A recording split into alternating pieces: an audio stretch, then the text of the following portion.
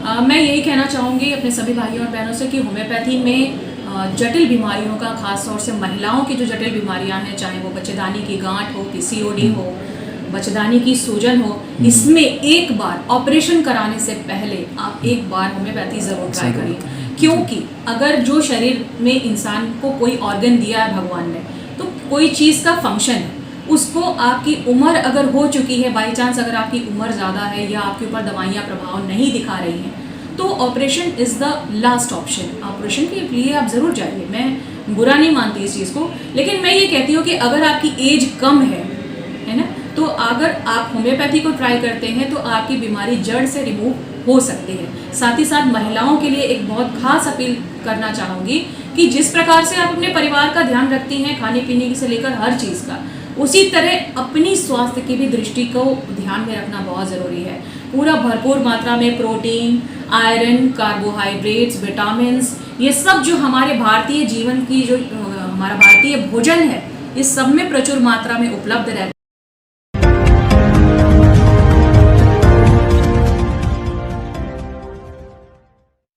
जी ma'am, अपना ज़रा परिचय दे दें। नमस्कार, मेरा नाम है डॉक्टर नम्रता श्रीवास्तव। मैं यहाँ के ज़िला अस्पताल में महिला होम्योपैथिक चिकित्सा अधिकारी के रूप में तैनात हूँ। जी मैम, अक्सर सुनने में आता है जो एक इनफर्टिलिटी होती है, जो यानी बांझपन, बहुत सारे ऐसे कपल्स होते हैं जो कई साल हो जाते हैं शादी के बाद भी उन्हें बच्चे नहीं होते। तो ऐसे में सुनने में आता है, क्या कितना कारगर है कि वाकई होम्योपैथिक में इसका बेहतर इलाज है? सबसे पहले तो मैं आप सभी मीडिया बंधुओं को बहुत बहुत धन्यवाद कहना चाहूँगी कि आपने इस मुद्दे को उठाया। और जी हाँ, ये बिल्कुल सत्य है, और एक चिकित्सक होने के नाते मैं बहुत ही ऑथेंटिक वे में आपको बताना चाहती हूँ कि इसके बहुत ही कारगर इलाज है, चाहे वो महिला बांझपन हो, पुरुष बांझपन हो। इसके बहुत सारे कारण होते हैं, महिला बांझपन के भी बहुत सारे कारण हैं, कई सारे फैक्टर्स होते हैं, एंड प्लस मेल इनफर्टिलिटी यानी पुरुष बांझपन के भी अलग अलग कारण होते हैं। अगर हम उन कारणों का सही प्रकार से इन्वेस्टिगेशन करके पहले डायग्नोसिस बनाते हैं, क्या क्या कारण रहे उस बीमारी को डेवलप करने के, क्या क्या सिम्टम्स हैं, इसके आधार पे होम्योपैथी की दवा का चयन किया जाता है। और कुछ अंतराल तक उस मेडिसिन को अगर रेगुलर चलाया जाता है तो डेफिनेटली इनफर्टिलिटी के केसेस में बहुत मार्वेलस सफलता मिलती है। कई बार मेरे साथ ऐसा बहुत बार हुआ कि अभी मैं बच्चेदानी की गांठ का इलाज कर रही हूँ, कभी पॉलीसिस्टिक ओवेरियन डिजीज है जो कि बांझपन का एक बहुत प्रमुख कारण होता है, लेकिन आमतौर पे बोला जाता है कि पॉलीसिस्टिक ओवेरियन डिजीज में बच्चा होगा ही नहीं, या फिर आपको ज़्यादा महंगी टेक्निक्स अपनानी पड़ेंगी।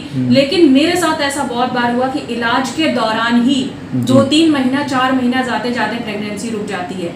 अभी वो बीमारी ठीक भी नहीं हुई पूरी तरह से, लेकिन प्रेगनेंसी रुक जाती है। इसकी एक बहुत प्रमुख वजह है। वजह ये है कि होम्योपैथिक मेडिसिन जो होती हैं वो वाइटल फोर्स पे काम करती हैं, यानी आपकी जीवन शक्ति को सुधारती हैं। अगर किसी कारणवश आपके यूट्रस यानी बच्चेदानी की शक्ति कमजोर हो गई है, तो जैसे जैसे होम्योपैथिक मेडिसिन चलती हैं आपकी वो पावर इंक्रीज हो जाती है, आपकी इम्यूनिटी डेवलप हो जाती है, और बहुत कम समय में ही, मात्र 3-4 महीने, कौन सा ज़्यादा समय है, इसमें भी हमें काफ़ी मार्वेलस सफलता मिलती है। जी मैम, इसमें क्या कारण होता है कि अक्सर मतलब ऐसा देखने में आता है, क्या खाने पीने से होता है या फिर उनकी जो से मतलब क्या मेन इसमें क्या रीज़न आते हैं जिसकी वजह से ये मतलब बांझपन आता है दोनों लोगों में अगर देखा जाए तो?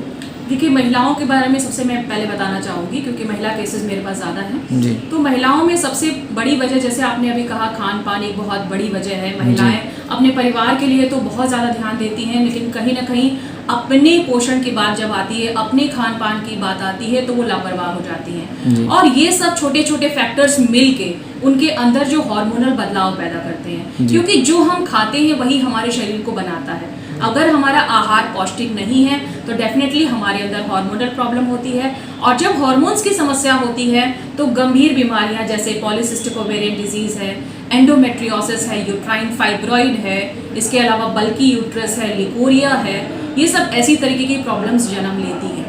और इसके लिए डाइट, जैसे आपने कहा, डाइट बहुत बड़ी चीज़ है। हमें मेडिसिन के साथ साथ पेशेंट को उसकी डाइट मैनेजमेंट भी बतानी पड़ती है कि आप अपनी डाइट को सुधारिए, पॉजिटिव सोच रखिए, एक्सरसाइज करिए, इससे काफ़ी ज़्यादा मदद मिलती है। खासतौर से अपने भाइयों के लिए कहना चाहूँगी कि जो हमारे जो पुरुष भाई हैं उनके अंदर जो मेन प्रॉब्लम देखने को मिलती है वो स्पर्म से संबंधित होती है। जैसे स्पर्म की प्रॉब्लम हो सकती है, लो स्पर्म काउंट हो सकता है, ऑलिगोस्पर्मिया हो सकता है। इसके अलावा बाई चांस अगर उनको कोई पेट में प्रॉब्लम चल रही है, जैसे यूरिन संबंधी कोई समस्या है, तो भी इनफर्टिलिटी की प्रॉब्लम मेल्स में होती है। तो हम लोग उस कॉज को फाइंड करते हैं, उसकी डायग्नोसिस तक पूरा रूट तक जाते हैं कि आखिर में कहाँ से ये प्रॉब्लम अराइज कर रही है, और उस रूट को फाइंड आउट करने के बाद सिम्टम्स के अकॉर्डिंग मेडिसिन प्रिस्क्राइब की जाती हैं और उसका अच्छा रिस्पॉन्स मिलता है। यानी एक चीज़ बहुत ही इम्पॉर्टेंट है, अगर पुरुष के अंदर कभी भी पेशाब में प्रॉब्लम हो या स्टमक प्रॉब्लम हो, पेट बराबर सही नहीं होता, तो ये भी एक बड़ा रीज़न माना जा सकता है बांझपन के लिए कि उनकी प्रेगनेंसी नहीं रुक सकती। जी, ये मतलब एक उस वजह है, तो इसके लिए फ़ौरन डॉक्टर से कंसल्ट करना चाहिए। उस प्रॉब्लम को अगर आप शुरुआत में ही ट्रीट करने की कोशिश करते हैं या आप डॉक्टर तक पहुंचते हैं तो आपकी प्रॉब्लम आगे नहीं बढ़ेगी। कई बार छोटी छोटी समस्याएं, सिंपल सा यूटीआई, यूरिनरी ट्रैक्ट इन्फेक्शन हो जाता है, लेकिन अगर आप उसका टाइमली ट्रीटमेंट नहीं करते तो वो क्रॉनिक यूटीआई में बदल जाता है, एक्यूट से वो क्रॉनिक में बदल जाता है। तो एक्यूट में जहां 1 महीना लगेगा ठीक होने में, क्रॉनिक यूटीआई ठीक होने में 6-6 महीने लग जाते हैं।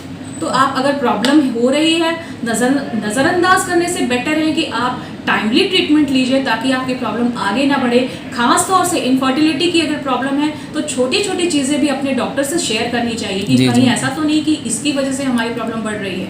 जी मैडम, लिटी की लास्ट मतलब मैक्सिमम कितनी मेडिसिन चलनी चाहिए, कितनी जल्दी रिकवर कर सकते हैं, मतलब उससे इलाज हो तो आदमी सही हो जाए? फिर इनफर्टिलिटी की मैं अपने एक्सपीरियंस की आपको बात बता देती हूँ कि हमारे पास इनफर्टिलिटी के जो केसेस आते हैं, मेरे पास ज़्यादा महिलाएं आती हैं, तो किसी का 10 साल 15 साल हो जाता है शादी को, या जो कि प्राइमरी इनफर्टिलिटी यानी आज तक बच्चा रुका ही नहीं। प्राइमरी इनफर्टिलिटी मतलब शादी का बहुत वक्त बीत गया लेकिन कभी आज तक रुका ही नहीं, तो उसमें थोड़ा सा टाइम ज़्यादा लगता है क्योंकि हमें पहले उसकी बीमारी को दूर करना होता है, उसके बाद ही उसकी बच्चेदानी मजबूत हो पाती है।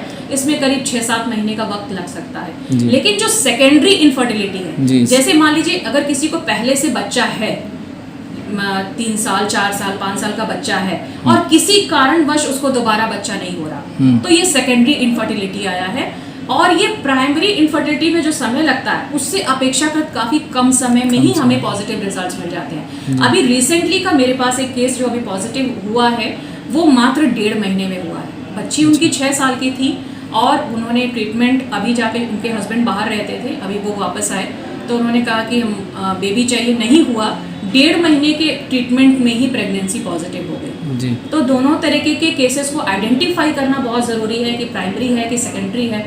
कॉज तक जाना पड़ता है और कॉज अगर सही से हम लोग फाइंड आउट करते हैं तो सफलता निश्चित है। जी मैम, अक्सर ये भी शिकायत आती है कि एक बच्चा होने के बाद अक्सर किसी को बच्चेदानी में गांठ हो जाती है। जी। तो क्या मतलब ज़रूरी है उसका वो ऑपरेशन करना या फिर इसमें होम्योपैथिक में इलाज है एकदम कारागार? देखिए, मैं कहूँगी कि सब पैथीज अपनी जगह बहुत अच्छी हैं। एलोपैथी अपनी जगह उनके यहाँ सर्जरी का ऑप्शन है, लेकिन मैं अपनी होम्योपैथी जिसकी मैं विशेषज्ञ हूँ उसके बारे में भी आपको बताना चाहूँगी कि होम्योपैथिक मेडिसिन में हम लोग मेडिसिन के द्वारा यानी दवाओं के माध्यम से आपकी जीवन शक्ति को बढ़ाते हैं, आपकी वाइटल फोर्स को बढ़ाते हैं और आपका स्वयं का शरीर उस बीमारी से लड़ेगा।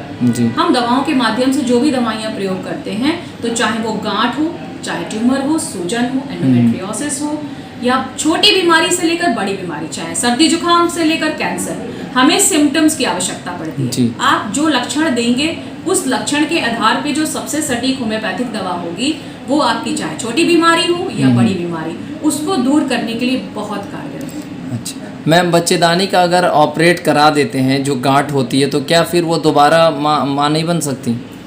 ऐसा कुछ नहीं है। ऐसा नहीं है। और ये देखिए, कुछ केसेस में ये एप्लीकेबल है। अगर बाई चांस की यूट्रस का कोई पार्ट निकाल दिया गया जी, तो डेफिनेटली वहाँ दिक्कत आएगी। लेकिन अगर ओवरी में ट्यूमर हुआ यानी अंडाशय में ट्यूमर हो जाए जी, और अंडाशय रिमूव कर दिया गया यानी ओवरी हटा दी गई, तो एक ओवरी से भी 50% चांस होता है कि प्रेगनेंसी रुकेगी। हालांकि ये थोड़े कॉम्प्लिकेटेड केसेस होते हैं, इसमें सफलता उतनी जल्दी नहीं मिलेगी, सफलता अपेक्षाकृत थोड़ा समय लगेगा।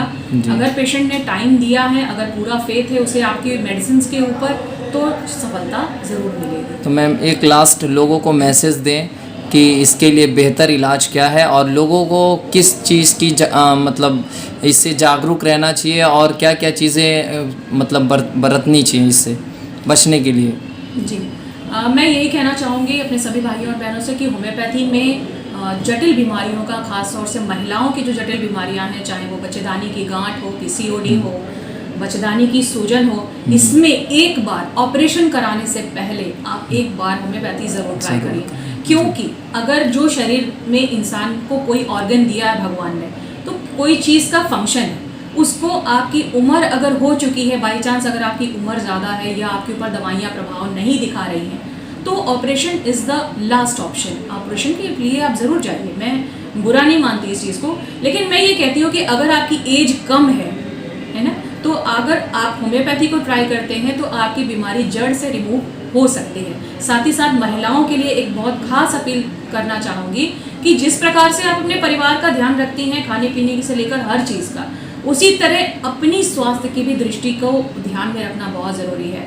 पूरा भरपूर मात्रा में प्रोटीन, आयरन, कार्बोहाइड्रेट्स, विटामिन्स, ये सब जो हमारे भारतीय जीवन की जो हमारा भारतीय भोजन है, इस सब में प्रचुर मात्रा में उपलब्ध रहता है। ज़रूरत ये है कि आप अपने नाश्ते को, अपने दोपहर के भोजन को, अपने रात के खाने को, अपनी रूटीन एक बनाइए, अपने रूटीन को फॉलो करिए। जिस प्रकार अपने घर का रूटीन आपने बना रखा है, उसी तरह अपनी स्वास्थ्य के दृष्टिकोण से भी अपने स्वास्थ्य का ध्यान रखिए, ताकि इस तरीके की गंभीर समस्याएं अगर आए भी तो दवा के साथ साथ आपके जो स्वास्थ्य का मैनेजमेंट है आपको जल्दी ठीक कर सकता है।